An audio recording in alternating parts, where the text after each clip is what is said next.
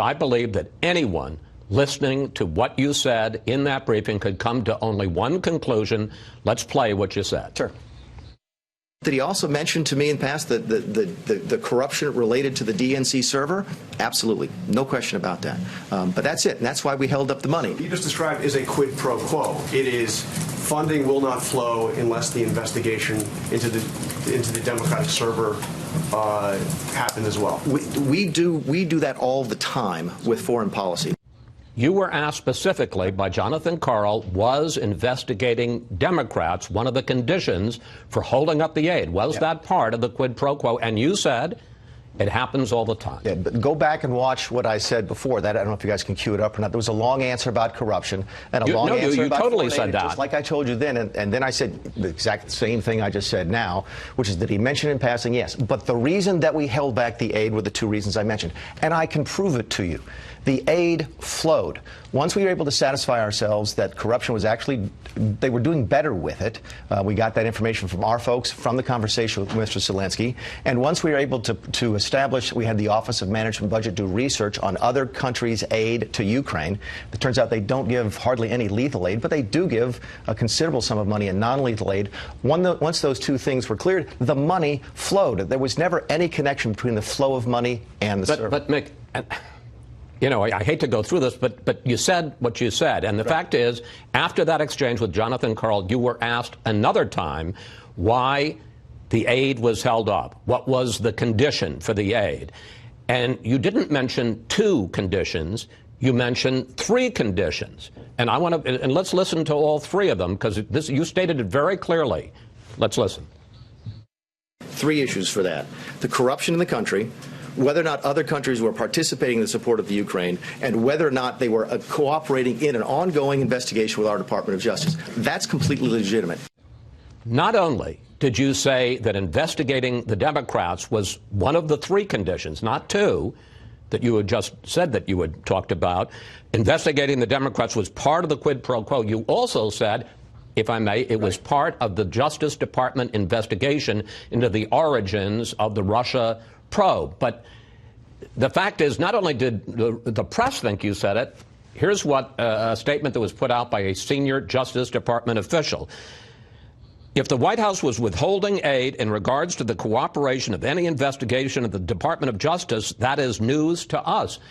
Everybody thinks that that's what you said, and you didn't. You said right there, 3 points, not two. Well, and a couple of different things. You, again, said just a few seconds ago that I said there was a quid pro quo. Never use that language, because there is not a quid pro quo. You were asked by Jonathan Karl, you described a quid pro quo, and you said that happens all the time. And reporters will use their language all the time. So my language never said quid pro quo. What should put this issue to bed is that the money flowed without any connection whatsoever to the DNC server. You, in your first answer, which I gave, you said that's why we held up the money. First, you just said here that it was for two reasons. Now you're acknowledging it was for three reasons. If you held up the money for three reasons, that's a quid pro quo. You got to satisfy us on those. Now, maybe the president backed off that, but that was the proposition here. No, I'm not acknowledging there's three reasons. Again, let's go back. You said three reasons. Go back to I recognize that. Go back to what actually happened in the real world. And by the way, go to the phone call. Go to the phone call which we've released. I hope we get a chance to talk about that before the interview is over. I am going to right now. You go to the phone call. The president never mentions the aid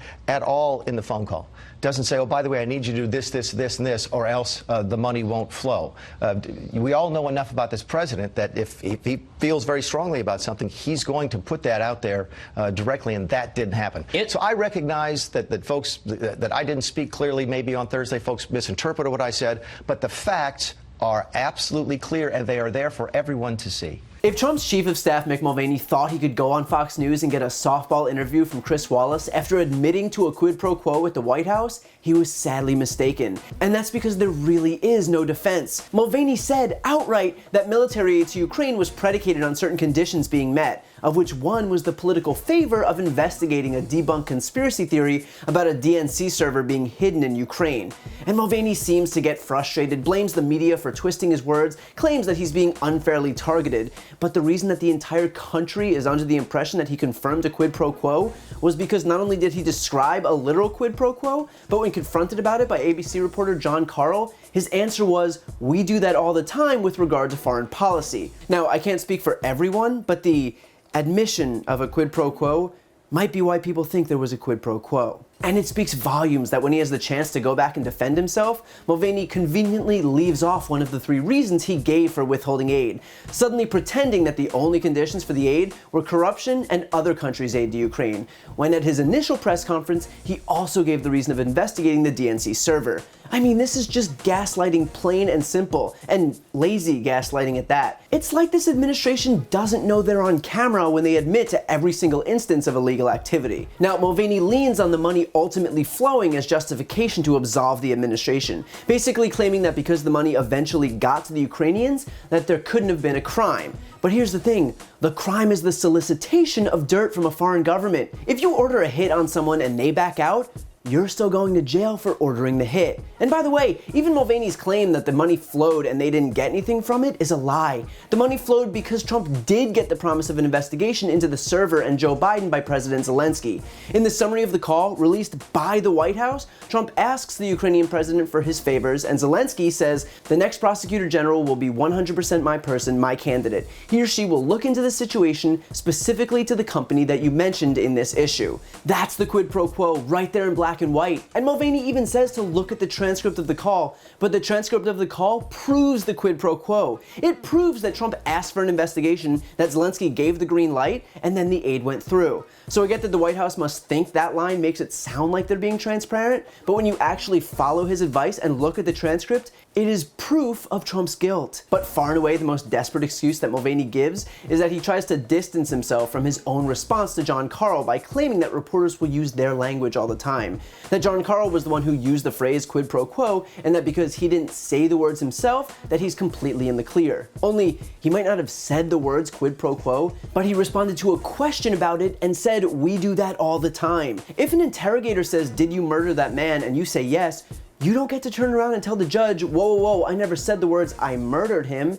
An admission isn't admission, even if it's just in the form of a response. So I get that this administration traffics in gaslighting, but he must actually think that we're all brain dead if he expects us to believe that excuse. The fact is that Mulvaney is having such a hard time defending Trump's Ukraine call because it's indefensible. The truth has come out from whistleblowers, from Ukraine's own government who admitted that they believed opening an investigation was a condition for talks to release that aid, from ambassadors' testimonies, and even from Trump's own words. So Mulvaney can twist himself into pretzels to try and convince us that we didn't hear what we all heard. But the facts are absolutely clear, and they are there for everyone to see.